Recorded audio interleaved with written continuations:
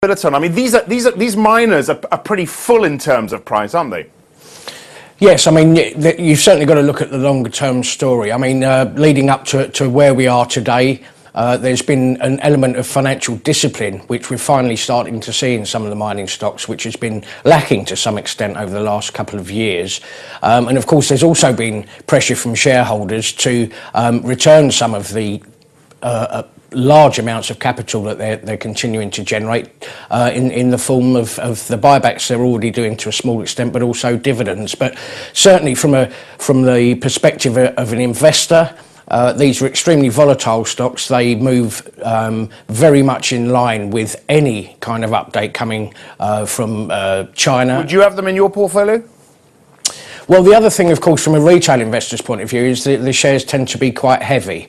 Depending on how much you've got to invest, of course, you don't tend to get that much of a bang for your buck. I think if you can basically take the long-term view that will the emerging markets continue to need vast amounts of metal for their infrastructure, is the long-term story in place, then certainly one or two of them at the top end, potentially, for example, the now huge Glencore Xstrata could be one to put in your portfolio. Persimmon, I want to mention this purely because of this amazing UK house builder backdrop. I mean, these are shares you want to be in, aren't they?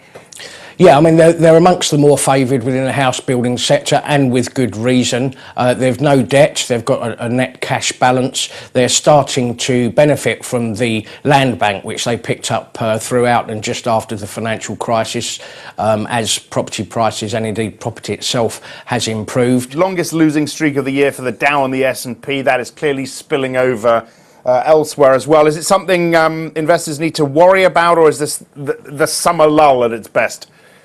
I think lull is a very good word for it. I mean, obviously we've got some Fed minutes coming along tomorrow, but I don't think we're expecting any new news. In fact, the Fed's been fairly unequivocal in everything but timing in terms of tapering. But the fact of the matter remains, quite simply, that if QE is to be tapered, it will be simply because the US economy is strong enough to withstand it, and it's not something they're going to do overnight. They're going to do it, hence the word tapering, over a gradual basis. So if we stand back and consider the Q2 half-year reporting season that we've just had on both sides of the pond, generally speaking, companies remain in fairly good health, and that should, all things being equal, leave us with a positive outlook for the rest of the year. All right, so this rout is temporary?